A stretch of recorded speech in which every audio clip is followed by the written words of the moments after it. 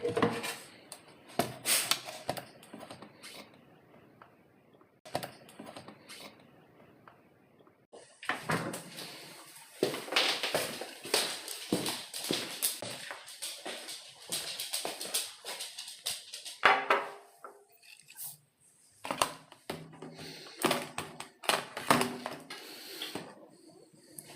días.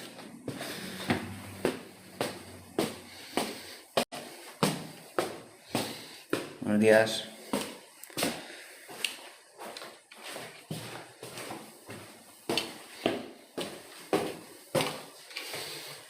Ay, espérate.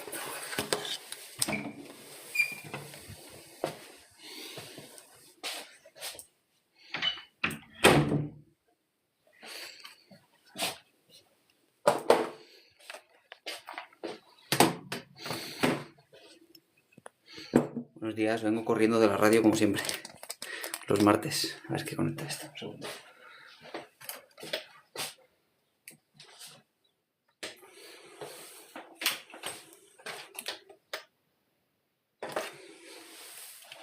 Ahí está. Vale.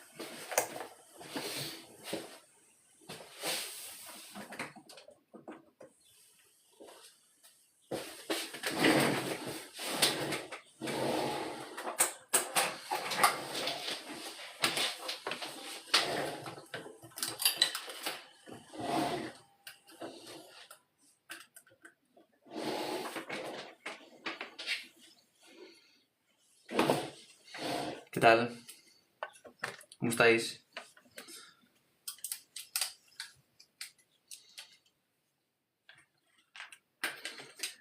¿Alguien me ha podido escuchar en Radio Monobar? Hoy hemos hablado de la primera cita.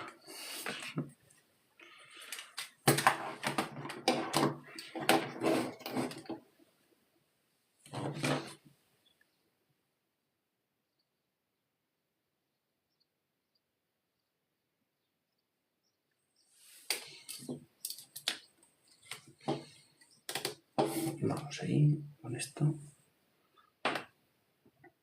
¿Lo has escuchado, Rita? ¿Qué te ha parecido?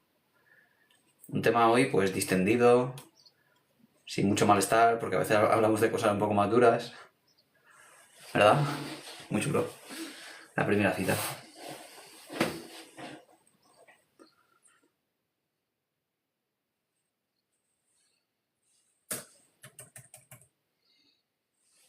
Algunos ya no se acuerdan de eso, de la primera cita, porque hace muchos años. Otros son adolescentes y empiezan pues ahora. Y otros incluso pues siendo adultos vuelven a una primera cita porque bueno, han roto sus relaciones y empiezan de cero. Maravilloso también. Hola Maribel. Muy interesante, incluso me he reído.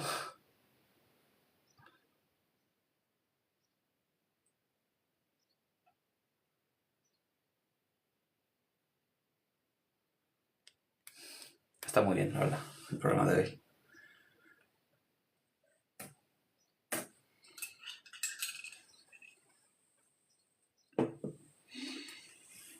Uy, se ha desconectado esto, un segundo.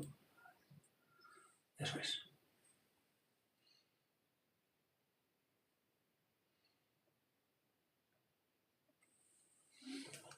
A ver, pongo esto por aquí. Que por cierto, tengo noticias importantes sobre la novela a través de la pantalla. He hablado con la editorial y me ha dicho que le parece estupenda la idea de hacer el audiolibro con mi propia voz. Así que confirmado, voy a hacer el audiolibro de mi propio libro de a través de la pantalla. Voy a intentar hacerlo en poco tiempo, porque tampoco es mucho. Solo que, bueno, ahora que tengo un micro bueno, lo voy a hacer con el micro bueno, que no lo he conectado, por cierto. Pero pronto tendréis noticias del audiolibro. Y lo voy a hacer con muchísimo gusto porque me encanta la idea. Hace tiempo me lo dijo un amigo mío que tiene un estudio de grabación, que se lo montó aquí donde yo vivo, un estudio muy profesional, y hace tiempo me dijo, oye, si algún día quieres hacer algo, algo de así profesional. No sé qué se refería tampoco, no sabíamos en esa época nada de todo esto del libro ni nada, pero está la opción de hacerlo allí, en el estudio de grabación, con en fin, un equipo muy bueno, muy profesional. Yo lo voy a intentar hacer aquí, con el micro este, le voy a mandar una prueba, un audio a la editorial. Si les gusta así, pues lo haremos así, si no, pues con el audio más profesional aún, en el estudio, pues lo haremos allí, pero allí es un poco más de inconveniente, porque claro, todo el tiempo que esté allí, pues es un gasto de tiempo para mí con mi amigo y de recursos económicos. Así que veremos si se escucha bien con esto. Si se escucha bien, lo haré con esto directamente.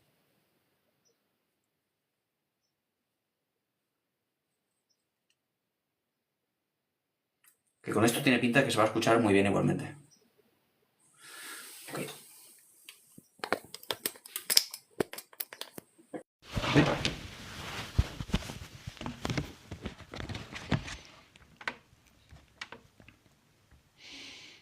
Hola, Nessie. Qué buena idea con esa voz que dará. Además, eres el creador y le darás vida. Claro, no soy profesional de la locución, pero claro, entiendo el interés que tiene en general el que el propio autor haga su propio audiolibro. Es un interés intrínseco en sí mismo, independientemente de que sea profesional o no, como es mi caso. Pero sí creo que va a quedar muy chulo y yo tengo ganas de hacerlo. ¿Te está gustando, Rita? ¿Cuánto te queda? Sí, porque yo me pongo aquí en casa por la noche cuando no haya mucho ajetreo y yo aquí puedo dedicar las horas que quiera, pero en un estudio de grabación tendría que dedicar tiempo con mi compañero allí, con mi amigo. Es más difícil, claro. Si lo puedo hacer yo, incluso puedo repetir si no me gusta la toma, lo que sea, ¿no? Editar, todo eso, ¿no? No sé, ya veremos cómo lo hago. Pero el visto bueno ya lo tengo y súper bien. Ahí te queda el final, Rita. El final apoteósico. El cierre. Relativamente circular.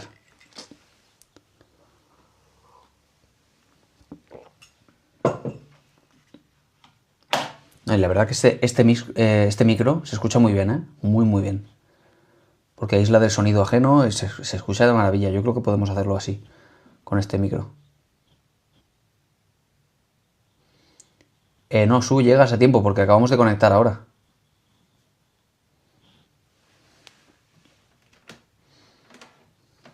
Dime cosas del libro, Su. Hola, Julia. Bienvenida.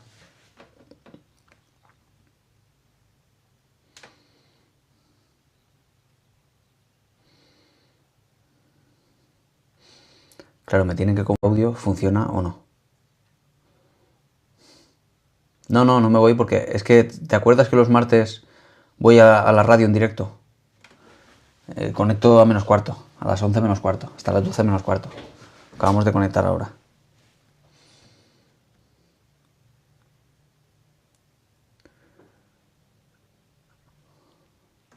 15 paginitas. Que por cierto, no lo dije el otro día.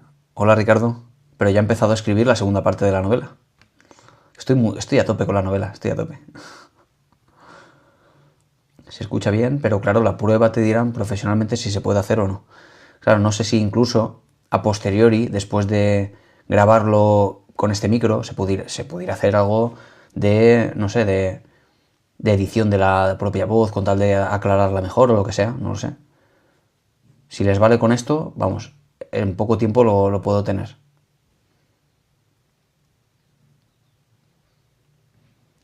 A ver, porfa, habla de la regulación emocional internalizada, el retiro emocional. De la regulación emocional internalizada, ¿te refieres a algo, Maribel, como estandarizado, algún tipo de curso que has visto por ahí o algo concreto? ¿O en general te refieres a...? Porque claro, regulación emocional evidentemente es internalizada, aunque pongas la palabra. Regulación emocional es internalizada siempre.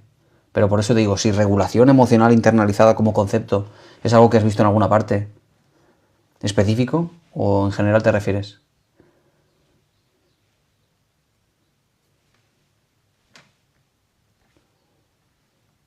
Hola, Mar. Buenos días. TikTok. ¿Has visto este concepto, no? Regulación emocional internalizada. Pero vamos, que internalizada no aporta nada, ¿eh? A la regulación emocional, ¿eh? Regulación emocional y ya está. Porque ¿cómo vas a hacer regulación emocional pero externalizada? ¿Te imaginas?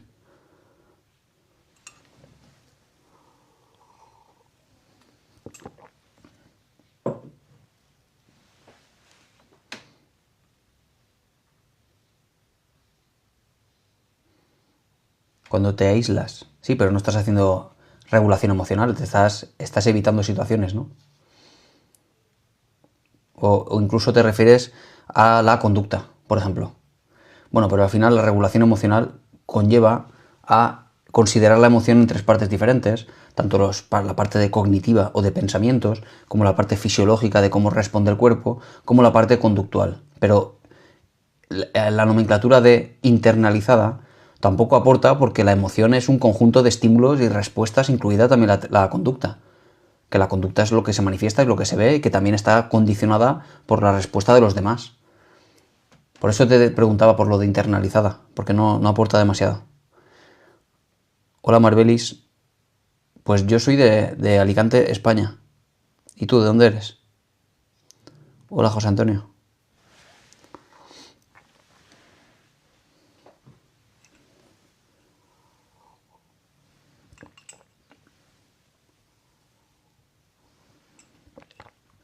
Un tema que me ha parecido cuando te aíslas un día malo.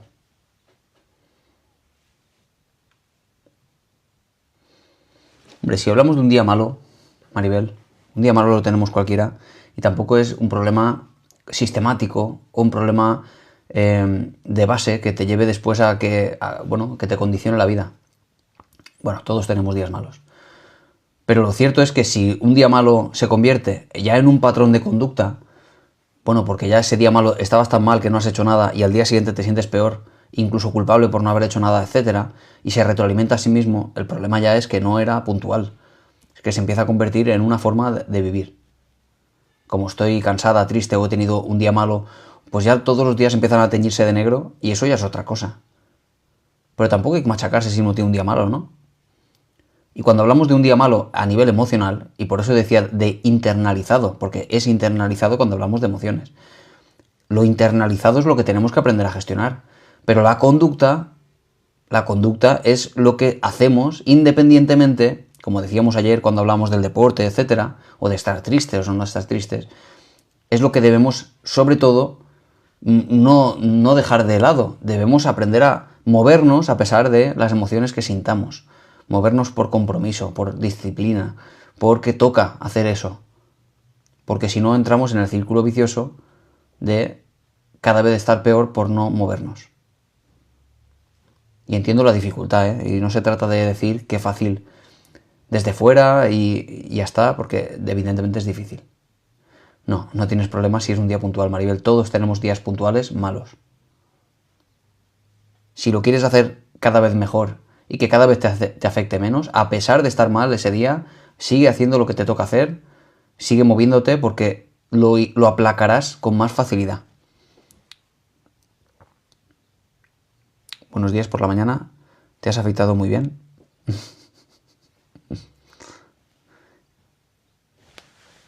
Amaneciendo a las 6 de la mañana en Venezuela. Vaya, a las 6 de la mañana, fíjate.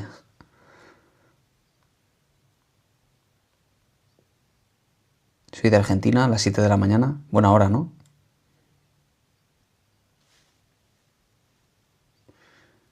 Esta hora de los martes os viene un poquito mejor.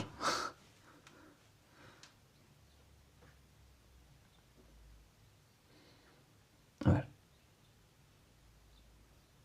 Si no puedes, no puedes. A ver, Oppo, ¿qué dices, Loli? Puedes intentar cambiar la narrativa, que bueno, Loli, ¿cómo te lo sabes ya, eh? Para poder avanzar respetándote siempre. ¿Esto de dónde venía antes? Ha habido un comentario que me he perdido. A ver, estoy en bucle, me duele todo, hasta las pestañas, con este tiempo. ¿Cómo hago para hacer cosas?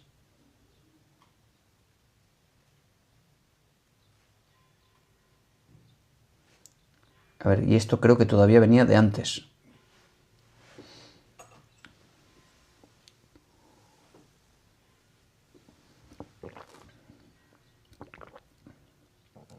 Ah, por lo de procrastinar, ¿no?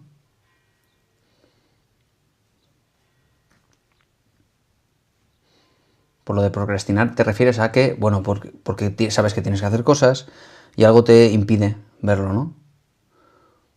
¿De qué lugar emite este vídeo? De Alicante, España. Es un directo. Lo que pasa es que me ves mirar para allá porque también estoy en directo en TikTok. ¿Ok? Se escucha bien, ¿no? Aquí en YouTube. Voy a acercar más el micro, ¿vale?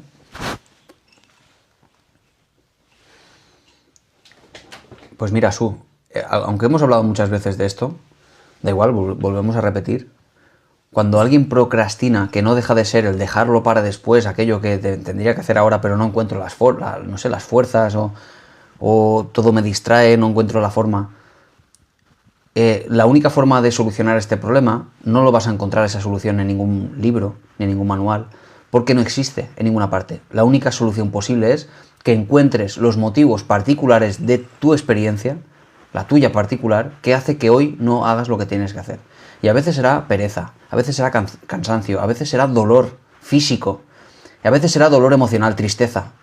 Van a ser cada día un motivo diferente para que hoy no hagas lo que tienes que hacer. Lo que uno tiene que hacer para no procrastinar es encontrar las causas de por qué hoy no he cumplido. Si es dolor físico, ¿qué vas a hacer para solucionar el dolor físico?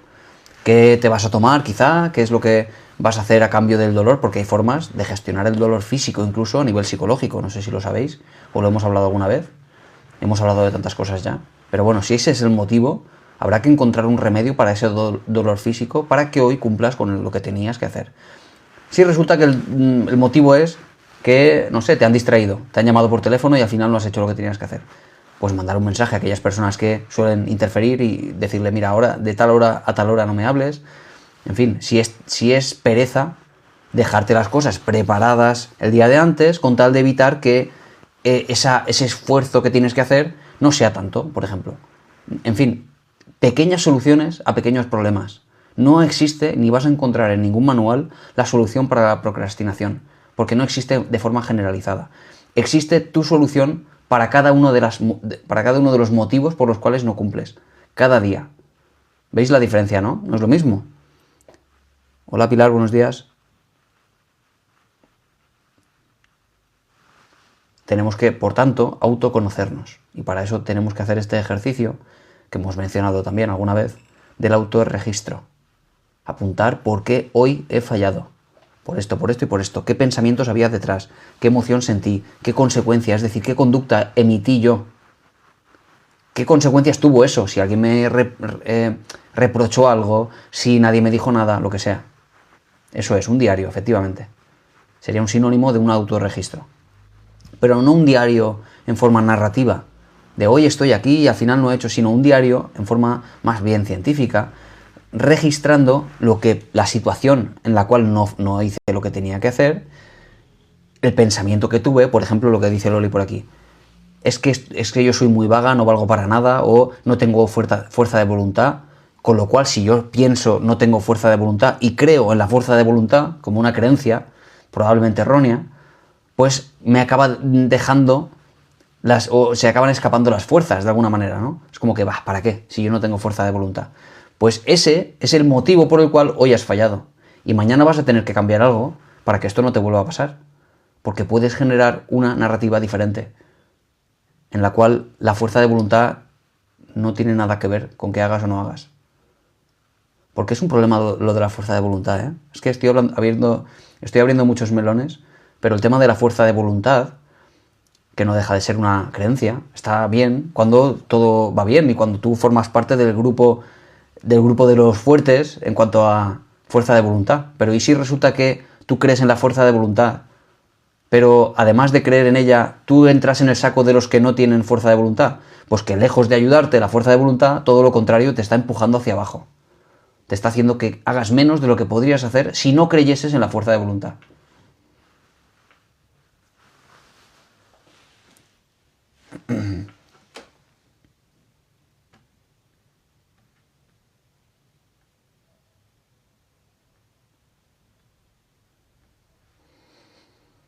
Literalmente las piernas no me responden, voy en modo tortuga, que eso también son cosas que tenemos que aprender desde luego a gestionar. Los dolores físicos, los problemas incluso de movilidad, todo eso son cosas que medianamente se podrán cambiar y cosas que no se puedan cambiar, y con eso vas a tener que surfear para, a pesar de todo, seguir haciendo la vida que quieres hacer. Con lo mal que lo pasé ayer y luego fue todo bien. Ah, lo de las pruebas, Loli. Rita, perdona, al final sí que te dieron las pruebas y todo bien.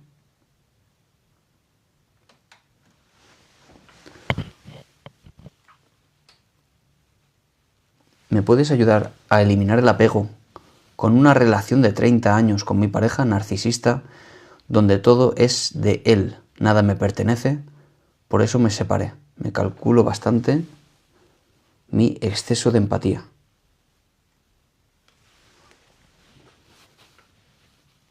Pero ya no estás con esa persona, Vivi. Ya no estás con esa persona, y ¿cuál es el problema? Si no estás con él, te separaste de él, dices. El problema es que todavía lo quieres o algo así, tienes un afecto con él, digamos, insuperable y no puedes vivir sin él, algo así.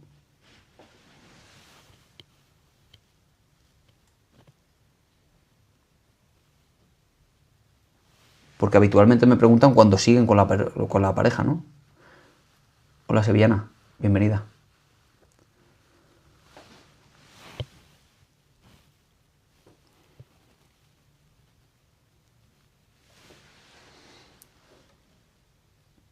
Vale, que no estás con él, pero lo quieres todavía.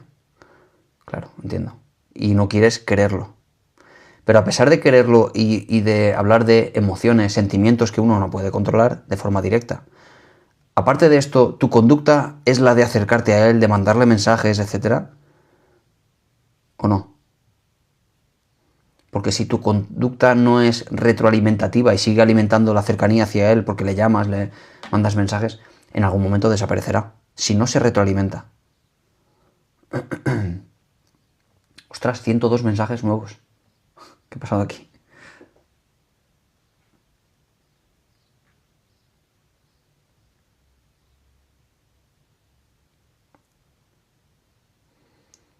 Begoña Morato Luna, a ver, dice, quiero hacer una pregunta. Puedes hacer las preguntas que quieras. Voy a intentar, como siempre, responderlo todo. Pero no voy a poder todo. Así que mejor dicho, voy a contestar lo que pueda. Como siempre.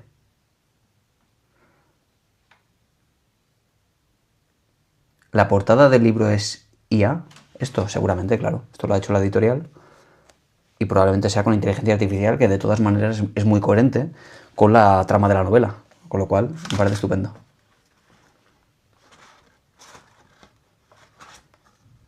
Hola Mara, bienvenida. Muy bien, me alegro que estés aquí. No dejes de estar aquí.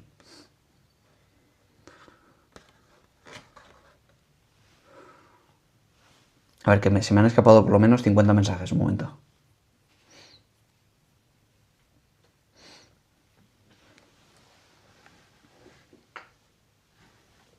A ver. ¿Por qué los ansiosos en situaciones? Esto viene de antes. Lucy, veo una pregunta, pero no sé si viene un poco de antes. A ver. No, vale, empieza aquí entonces. Voy a ello.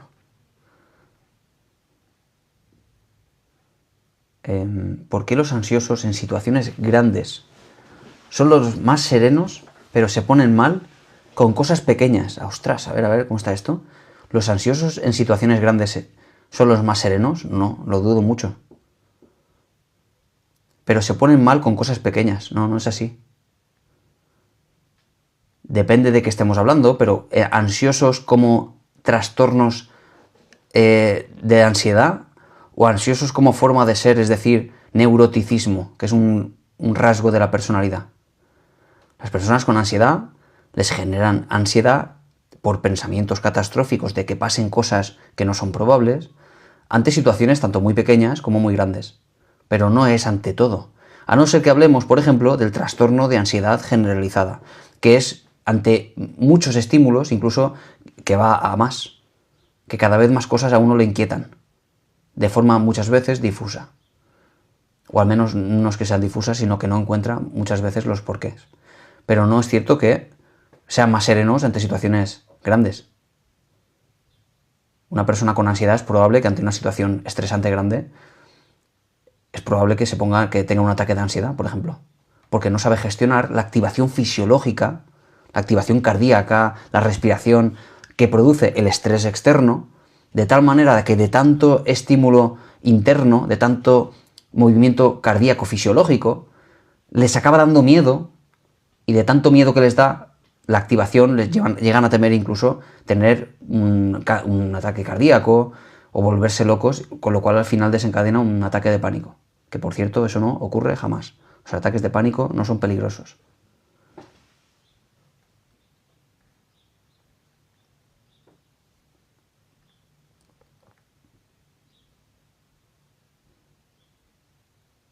Anotar el por qué no se hace. A ver, ¿cómo está esto? Anotar el por qué no se hace algo que tenías que hacer.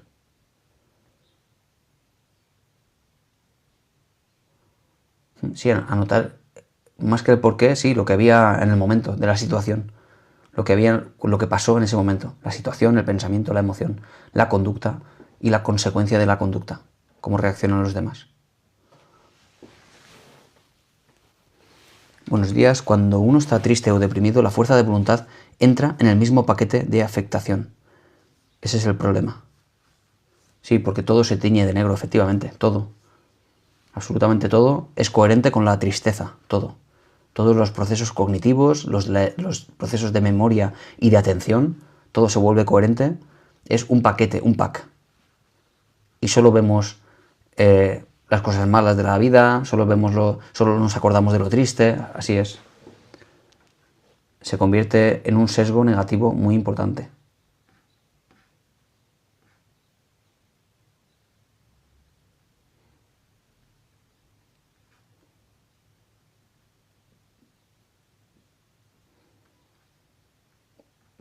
¿Puede una persona sentir emoción al encontrar a una persona que... a ver, Begoña. Esta es la pregunta que te referías, ¿no? Vale. ¿Puede una persona sentir emoción al encontrar a una persona, a una otra persona por Facebook que hace 40 años que no ve? Que si puede sentir emoción, claro, ¿por qué no? Porque tiene los recuerdos ahí grabados en su corteza cerebral y cuando lo ve otra vez se acuerda, claro, porque le afloran los recuerdos.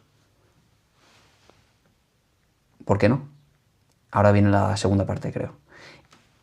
Y colarse con halagos, aunque no esté enamorado, como si hubiera retrocedido a la adolescencia.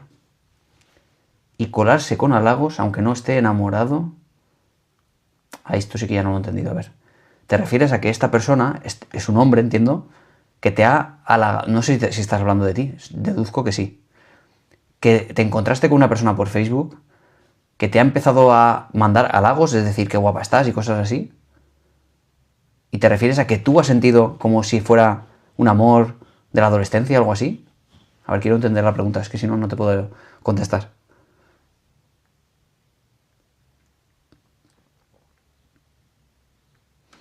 Incluso estando tranquila y de repente llega esa ansiedad y te sientes que el cuerpo se te baja, se te viene bajo, claro. Te pones nerviosa y empiezas a llorar sin motivo, efectivamente. Y esa ansiedad sevillana no es en realidad tan ambigua como parece. Está motivada por alguna razón. Hay elementos cognitivos, pensamientos, que a veces eres más consciente, a veces menos. Hay una cierta intranquilidad. Siempre está desencadenado por algún motivo en forma de pensamiento. ¿Por qué una persona se siente mal o ansiosa o triste? Tiene que ver con lo que piensa de aquello que está viviendo y no necesariamente porque ve algo fuera, como una película o algo triste fuera, sino porque aquí dentro se acuerda de algo que le empieza a generar una reacción física a razón de, como digo, la conexión entre pensamientos y una reacción del cuerpo, que lleva luego a la tercera parte de la emoción, que es la conducta. A que como estoy triste pues no me muevo, a que si estoy ansioso pues evito ir a sitios, cosas así. Pero hay que aprender, y por eso decía antes, y es importantísimo, el autorregistro. Hay que encontrar el porqué de una activación fisiológica de la ansiedad. Debemos encontrar el porqué. ¿Por qué me pongo nervioso? Porque si yo estoy tranquilo en mi casa súper tranquilo en mi casa y me acuerdo de, ostras, ahora tengo que pagar los impuestos, no sé si voy a llegar, y mañana no sé qué, y tengo que llevar, y acuérdate de que tengo que mi hija, que no sé qué, y empiezo a agobiarme con esto, yo me empiezo a agobiar y a sentir la activación fisiológica, no porque esté pasando todo eso, sino porque pienso de forma excesiva las consecuencias de cosas que no han llegado todavía. Es una activación solo producto de pensamientos. Y hay que aprender a identificarlo. ¿Por qué empecé a sentirme nerviosa?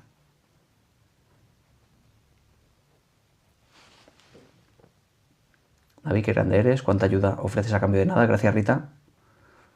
Ahí se me han bajado los comentarios. Un segundo, por favor.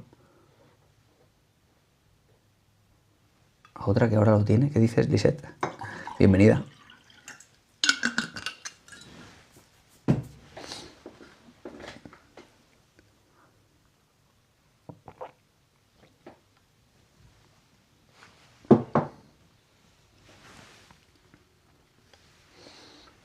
A ver.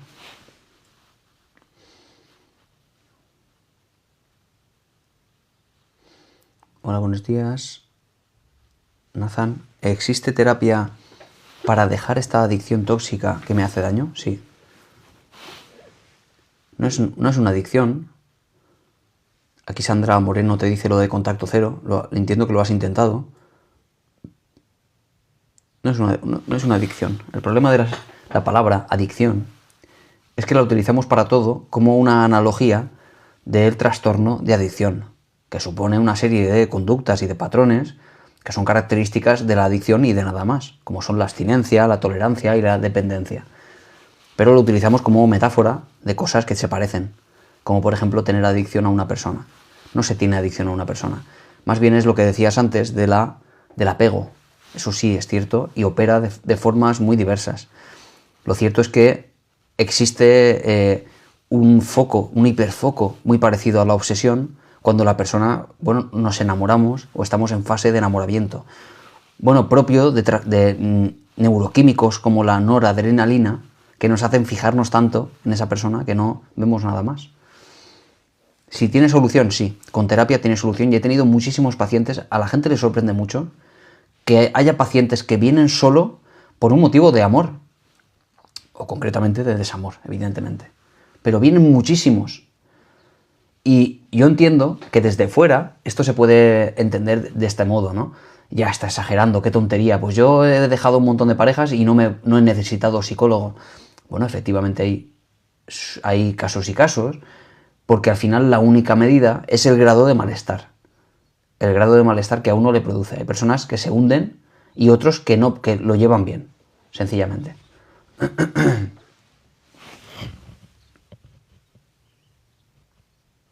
¿Se puede tener adicción a la música? La respuesta, Nathan, va a ser que no, por esa razón que te decía antes. Adicción es una palabra que la utilizamos, como digo, para todo, de forma analógica, es una forma metafórica de hablar. La adicción es algo muy concreto que opera tanto con sustancias como con conductas que producen dopamina ante un premio, como por ejemplo la máquina tragaperras, las apuestas, etc. Otra cosa es que tú disfrutes de la música, por ejemplo, pero no va a producir tolerancia, ni va a producir dependencia, es decir, la necesidad psicológica o fisiológica de la sustancia o del escuchar música, más bien es que te gusta.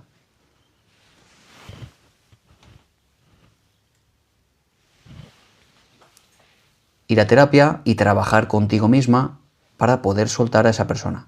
Sí.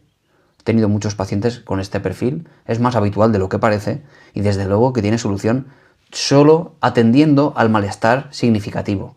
No porque todo el mundo tenga que ir a terapia si lo deja con una persona, no es así. Ahora, si tienes un malestar tan grande que no te permite esto vivir y incluso te acaba afectando a nivel laboral y social porque no sales, entonces desde luego que tienes que ir a la consulta para solucionar un problema concreto, claro.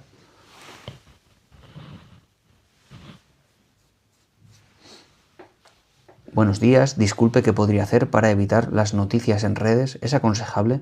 He visto que las noticias últimamente causan ansiedad y pesadillas, y hasta pesadillas, entre otras cosas. No, las noticias no producen ansiedad. Ni siquiera una persona delante tuya gritándote a viva voz es capaz de producirte a ti ansiedad. La ansiedad se produce desde la interpretación psicológica de amenaza que estamos viviendo delante nuestra. Si vemos una noticia que dice que los trenes están fatal y las vías, y yo resulta que mañana tengo que coger un tren, a mí esa noticia me va a causar ansiedad porque temo que mañana cuando vaya con el tren vaya a tener un accidente. Es, por tanto, una interpretación. Eso me causa a mí ansiedad, no las noticias. Si me preguntas cómo evitar las noticias, yo te aconsejaría que si te están causando malestar, claro, que tienes aquí varios caminos. O aprender a gestionar la ansiedad, que como digo sale de aquí y no de fuera, o quitar las noticias, que tampoco es necesario. Yo no veo la televisión, por ejemplo, nunca. No veo la televisión, nada. Con lo cual me entero de las noticias, por aquí, me lo dicen los compañeros de TikTok, o lo veo a veces en internet de forma colateral, pero no veo las noticias, con lo cual no es necesario como parece. Por tanto, este efecto que se llama en psicología y se ha estudiado muy bien, que es el efecto FOMO, Fear of Missing Out, es la sensación de que si no veo las noticias, de que si no estoy en las redes sociales, me estoy perdiendo algo importante para mi vida, es un error. No te estás perdiendo nada, porque realmente al final las cosas importantes te vas a enterar de una forma o de otra. Pero parece que si no estoy viendo las noticias todos los días, no estoy al día y bueno, eso va a tener consecuencias para mí. No digo que sean malas las noticias, no digo que haya que evitarlas, pero si te están causando malestar, prueba a quitarlas, como hablábamos antes de las parejas. Uno puede hacer contacto cero o puede aprender a gestionar la relación de otra manera. Pues con las noticias lo mismo. O deja de ver las noticias porque le produce malestar, o al contrario. ¿Ok? O aprenda a gestionarlas. Aprenda a gestionar la ansiedad que les produce. 120 mensajes nuevos. Es que me enrollo mucho. ¿Cómo envidio tu control de emociones? Yo tampoco. A ver. Casi todo el mundo las controla muy bien. Las emociones, Mara, te aseguro que no. La mayoría de las personas no controlan del todo bien las emociones y esto le lleva a tener un montón de problemas, no solo a nivel de trastornos psicológicos, sino más bien a nivel de la vida cotidiana. Un montón de emociones diarias no bien gestionadas. Por ejemplo, se ve mucho con hijos. Riñas entre parejas que discuten, son emociones no gestionadas de la forma más correcta. Esto tiene una causa y es porque tampoco la psicoeducación o la gestión emocional es algo que aprendamos desde jóvenes en el colegio. Como no se aprende, y ahora está empezando a cambiarse un poquito, pues cuando somos adultos, dado que no hemos estado trabajando esto, desde luego que, bueno, tiene una injerencia en nuestra vida.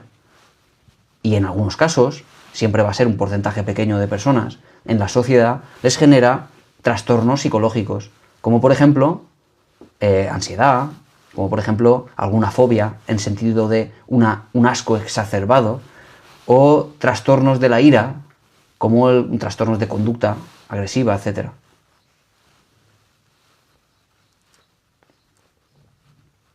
En mi algoritmo de TikTok me salen noticias muy desagradables.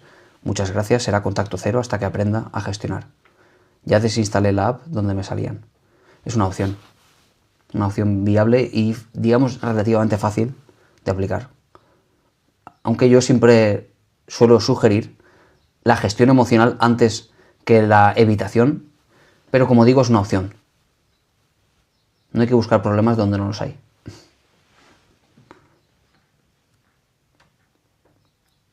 Con los talleres de psicología para niños. Yo lo pensé hace tiempo de hacerlo también, aquí donde yo vivo, pero es un poco, claro, un poco complicado de gestionar y por el momento no lo he hecho, pero puede ser que lo haga. Me refiero a nivel logístico, de tiempo, no tengo tiempo, me tocaría sacarlo de donde no lo tengo.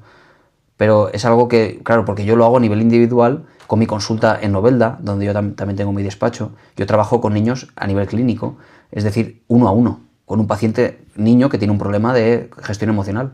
Pero claro, aquí hablamos de prevención incluso, de cómo enseñar a los niños pequeñitos a gestionar sus emociones antes de que tengan problemas.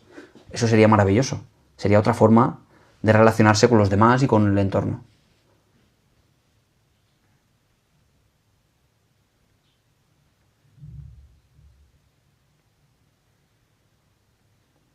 ¿Cómo afecta la serotonina, la dopamina y cortisol en la parte psicológica?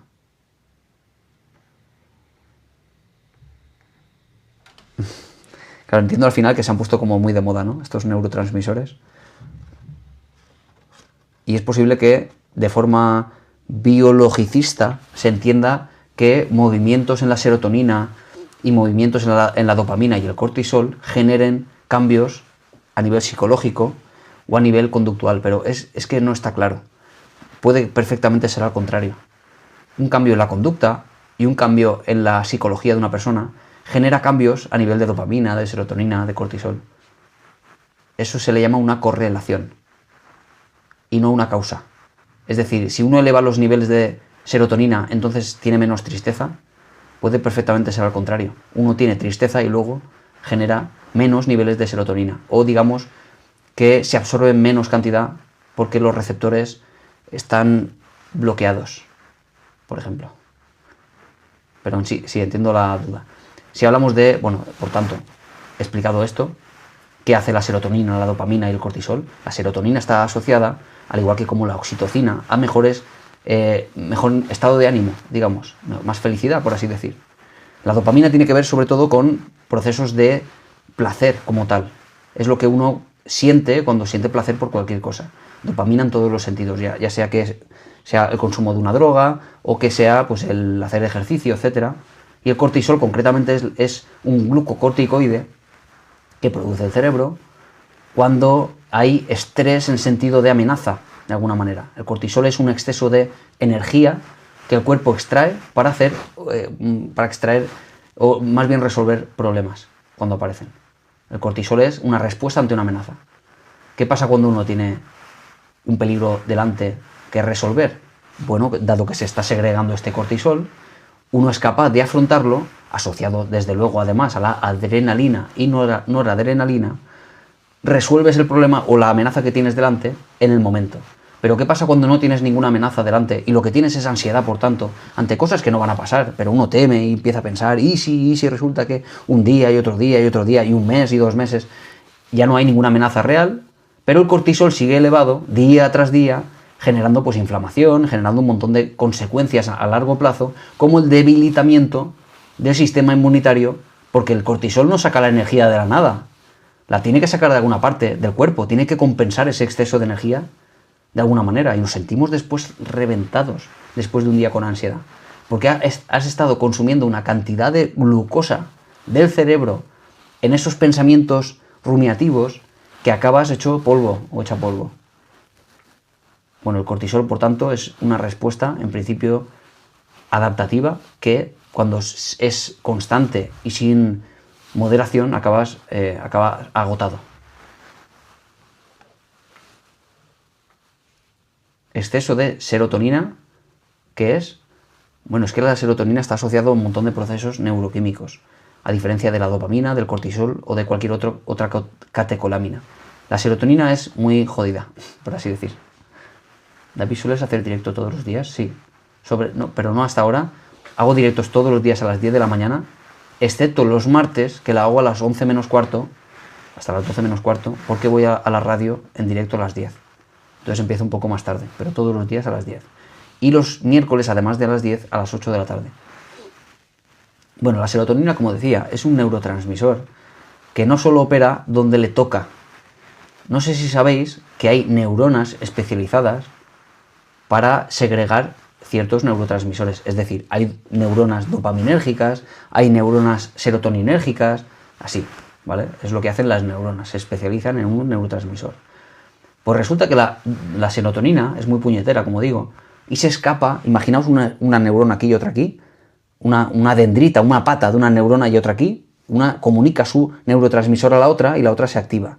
Pues resulta que la serotonina, además de segregarse aquí, se escapa por el espacio entre neuronas y se va donde le da la gana. Y a veces está tocando, sin quererlo, pues otros neurotransmisores, porque se cuela en otras neuronas, como las neuronas dopaminérgicas. ¿Sabéis por qué razón uno de los efectos secundarios de los antidepresivos, es decir, inhibidores de la recaptación de serotonina, se elevan los niveles de serotonina de forma natural? ¿Sabéis que uno de los efectos secundarios es la disfunción sexual, la falta de deseo sexual?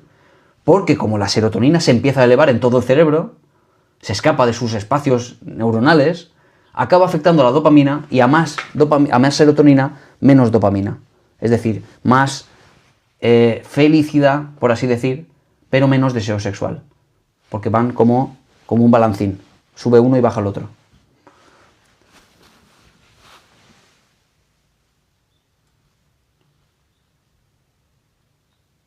Me enrollo un montón y se me acumulan aquí 200 mensajes. Pero bueno, ya sabéis que aquí venimos a hablar de psicología, no a responder todas las preguntas, ni a hacer terapia a nadie. Si alguien necesita terapia, desde luego no es el contexto adecuado. Hace falta un contexto en el que no hayan estímulos externos, donde solo la persona sea el centro de atención, y no es el contexto adecuado. Lo digo porque a veces hay gente que sale enfadadísima porque no le he contestado. No es el objetivo, ¿vale? Como digo y repito siempre, el objetivo de estos directos es la divulgación científica, hablar de psicología, y podéis preguntar lo que queráis y yo responderé lo que pueda, y lo que no pueda no lo responderé. ¿Ok?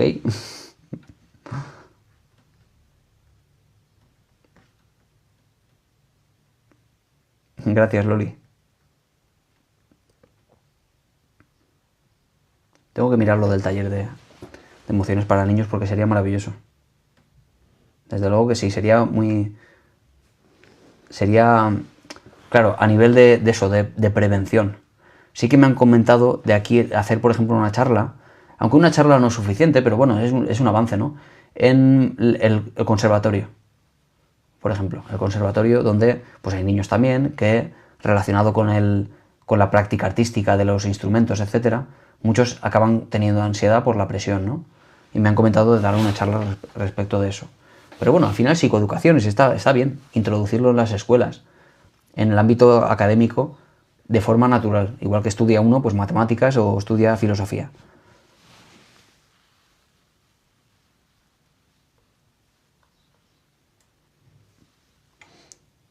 Vale, Nathan, me preguntabas esto de la posibilidad de una adicción a la música, porque luego nos dice Nathan, a tal grado en que no se pueden realizar actividades sin música.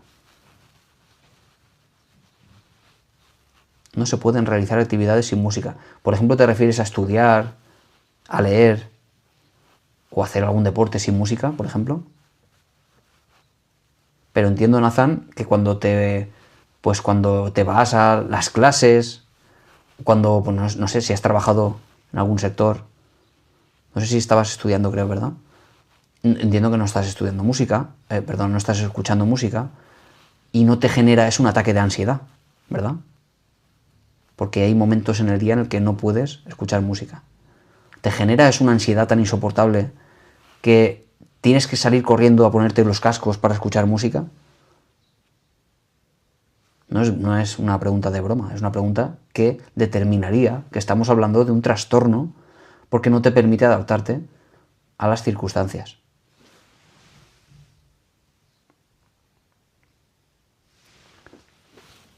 No estoy hablando solo, es que estoy hablando también aquí a TikTok. Allí estoy en un móvil con TikTok y aquí con YouTube.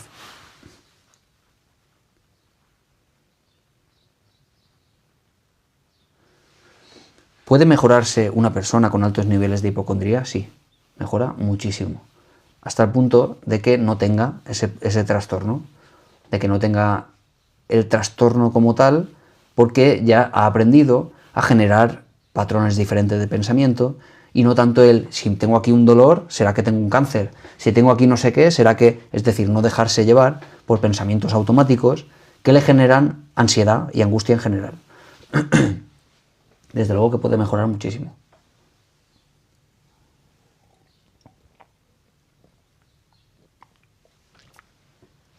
Es tan bueno el micro que se escucha hasta cuando bebo agua. Lo escuché ayer. De lo bueno que es.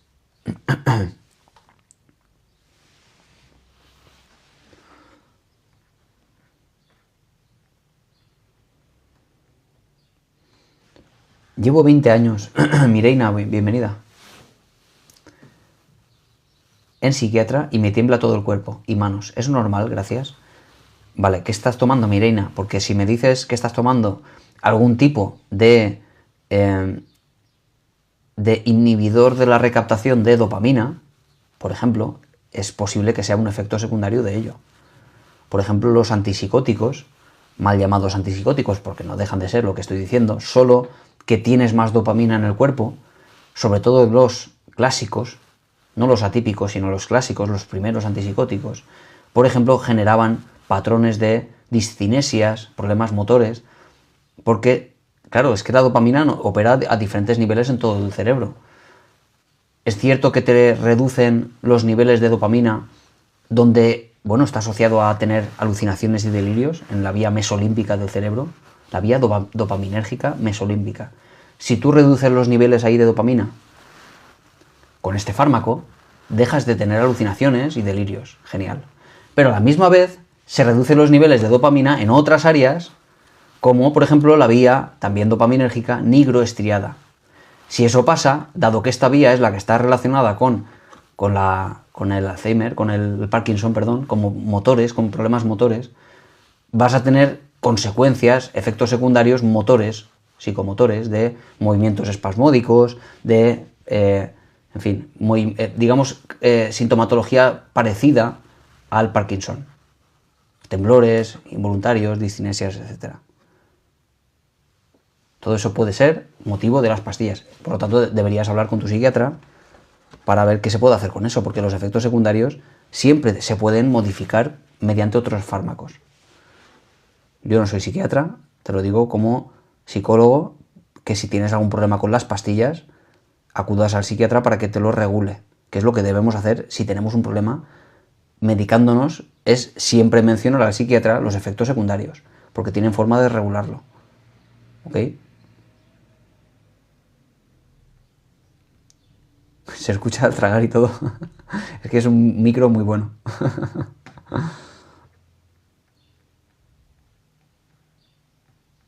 Antes no se escuchaba, ¿eh?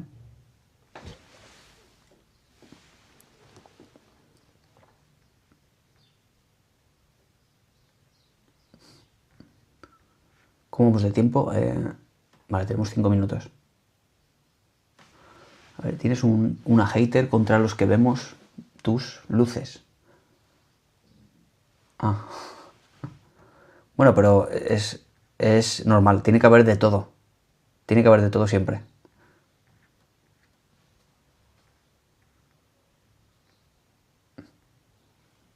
El otro día tuve un paciente que me hablaba muy mal de un jefe suyo, y quiero mencionarlo porque, claro, es tan fácil echarle la culpa a los demás de nuestro malestar. Decía que este tío, que es muy malo la persona, porque habla muy mal. Claro, es que entiendo que las personas, por ejemplo, simpáticas, amables, entiendo que juzguen, probablemente de forma equivocada, a las personas arrogantes, a las personas que tratan de otra forma a las personas, o con desprecio, o ignorándoles directamente. Es muy fácil caer en ese error.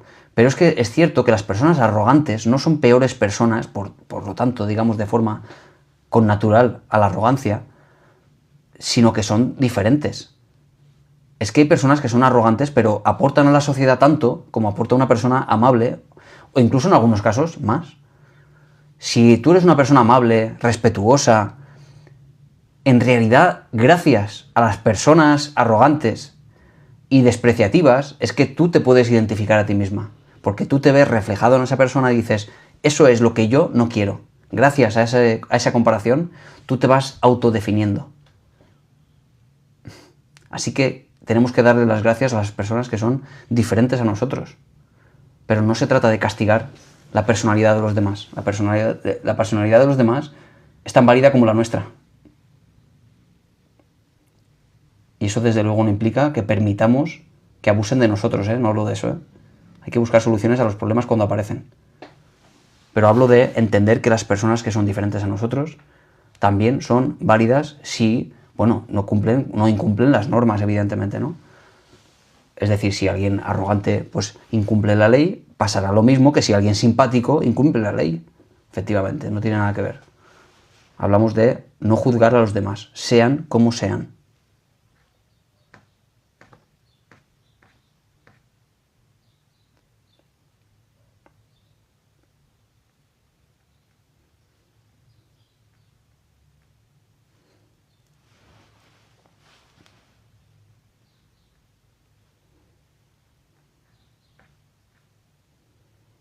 Pero Maribel está mal. ¿Qué pasa? ¿Qué ha pasado por aquí?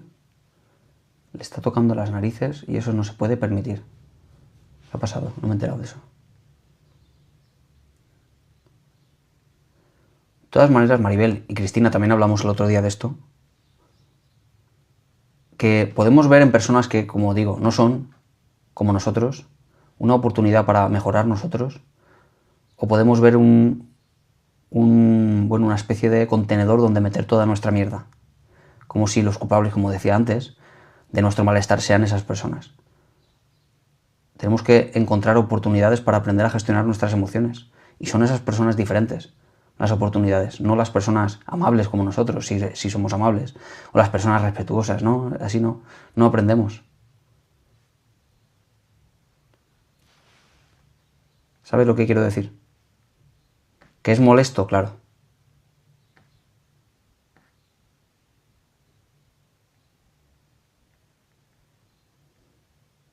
Maribel dice, no te preocupes, gente así la ignoro, pero gracias. Ese es tu trabajo, Maribel. Aprender a gestionar tus emociones. No aprender a cambiar a los demás porque no nos gusta cómo actúan. Como digo siempre, desde luego, no implica permitir los abusos de los demás. Hablamos de gestión emocional, algo que tenemos que hacer cada uno de nosotros por separado.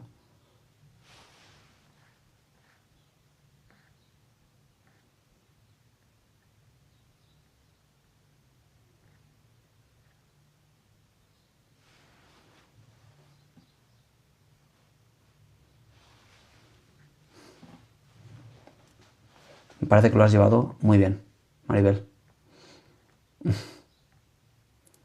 No he llegado a leer los comentarios que menciona Cristina, pero creo que lo has llevado muy bien. Ese es tu objetivo. Y desde luego no va a ser nunca el objetivo, porque es muy frustrante y no vale para nada cambiar a los demás. Eso no se puede. Bueno, chicos y chicas, vamos a despedirnos. Son menos cuarto ya. A Sevillana, que estaba por aquí, que era nueva, me preguntaba antes. Hoy acabamos a menos cuarto porque es martes. Habitualmente es de 10 a 11, ¿vale? Y mañana, por tanto, a las 10, ¿ok? Si voy a mencionar el libro, que sigue ahí en el top de ventas, a través de la pantalla, una novela que habla de la vida rutinaria, de la tecnología en las familias y cómo nos separa de el amor romántico, las expectativas y cómo esto se rompe, en fin, todo eso. Es que claro, podría estar aquí una hora hablando del libro, pero vamos a mencionarlo rápidamente. Sigue vendiéndose muy bien. Por cierto, que he decidido ya, y lo he hablado con la editorial, que voy a hacer el audiolibro de mi propia novela, ¿vale? Lo estoy hablando con la editorial, a ver en qué términos se hace, cómo funciona esto, en fin, yo no sé cómo funciona. Soy nuevo en esto, aquí está el libro para que lo veáis. Pero como propuesta ya va en camino y está decidido. Voy a hacer el audiolibro. Va a ser la primera vez que lo haga, pero estoy encantado con la idea. Bueno, muchas gracias a todos. Un placer como siempre. Y mañana miércoles a las 10 en punto nos vemos con un poquito más de psicología. Dios, chao, chao. Me despido por aquí primero.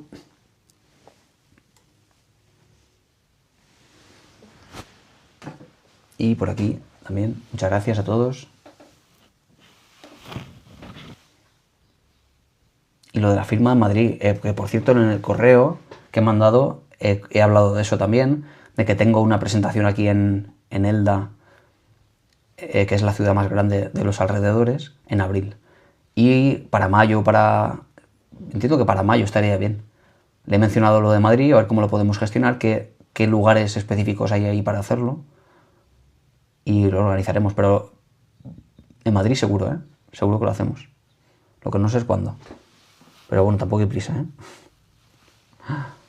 Ay, Evelyn, nos vamos ya, nos hemos pasado 2 minutos.